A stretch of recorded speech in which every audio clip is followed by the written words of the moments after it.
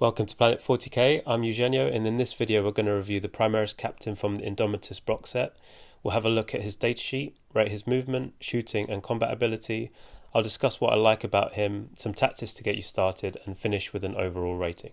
The Primaris Captain has movement 6, weapon ballistic skill 2+, strength toughness 4, 6 wounds, 5 attacks, leadership 9 and a 3-up save. He costs 105 points with all the gear included and is 5 power level. He comes armed with a heavy bolt pistol and a mastercrafted power sword, which we'll talk about in the relevant sections later in the video, and also frag and crack grenades. He carries a relic shield that improves his save characteristic by 1, making it a 2+ save, and each time he suffers a mortal wound, he ignores that on a roll of a 4+. The Angels of Death ability allows him to reroll morale tests, and he also gets +1 to attack in a turn where he charges, was charged, or made a heroic intervention.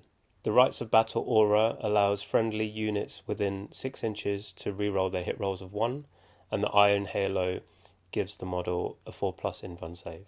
The Primaris Captain has a movement of 6 inches, which isn't bad considering he's carrying that gigantic shield. You have the option of putting him in either a repulsor or impulsor tank, but you probably don't want to throw him forward unless your army is really kitted for combat. I think it could be a tactic worth considering if he's a second HQ choice and you don't mind losing him if things go wrong. He could work well in a repulsor with 9 assault intercessors, with another 2 assault units coming in on the flanks maybe. However, I think he'll probably work best in a more counter-attacking unit, buffing units around him. Overall, I think his movement is average, so I'll give him a 3 out of 5. Moving on to shooting, he's armed with a heavy bolt pistol, which is range 18, pistol 1, strength 4, AP -1 and 1 damage. As it's a Primaris weapon, it's better than a regular bolt pistol, which often feels like a waste of time. However, it is nice when you manage to take a wound off with it.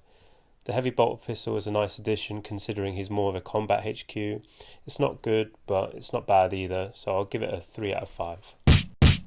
The Primaris Captain comes with a mastercrafted power sword, which has a strength +1, AP -3 and 2 damage. With the shock assault ability, he'll usually be getting 6 attacks, and seeing as he's hitting on 2s with mastercrafted, and you can reroll 1s, you'll be unlucky if you don't hit with all 6. The chart below shows the average saves your opponent will have to make depending on their toughness. As you can see, he's not going to take out a land raider in a hurry, but he looks more like a Primaris killer. He'll do well against 2 wound units with toughness 4 or 5, and with his 2+ save and 4+ invuln, he's got pretty good defense too. I think he's definitely above average without being overpowered, so I'll give him a 4 out of 5 for combat. What I like about the Primaris Captain is that he seems very good value. I think for 105 points you're getting a very good HQ, especially seeing as GW is raising points costs in 9th edition. Getting a HQ with a 2+ save, 4+ invuln that can also bat away some mortal wounds is really nice for 105 points. 6 attacks with AP -3 and flat 2 damage is really decent, and with 6 wounds he's not going to be a pushover in combat.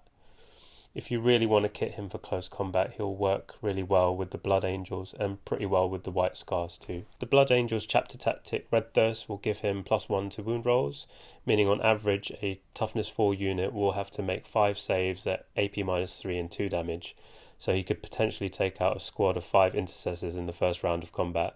To make things worse for your opponent, the Blood Angels Assault Doctrine Savage Echoes kicks in on turn 3, and he'll gain an additional attack when he charges, is charged or heroically intervenes, so that will give him a total of 7 attacks in most situations.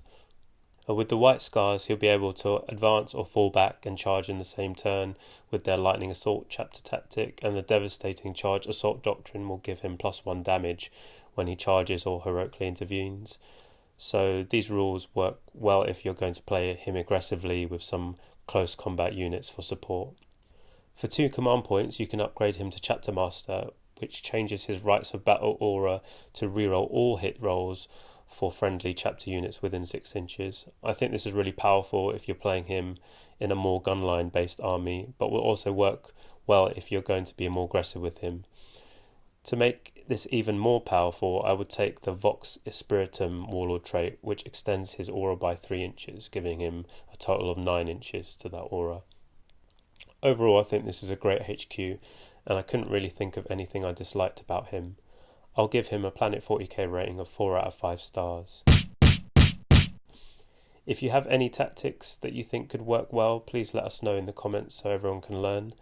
Also, let me know if there's anything I've missed. If you like the video, please help us promote it by hitting the like button, and if you'd like to see more 40k content from us, please consider subscribing. Thanks for watching, and I hope to see you in the next video.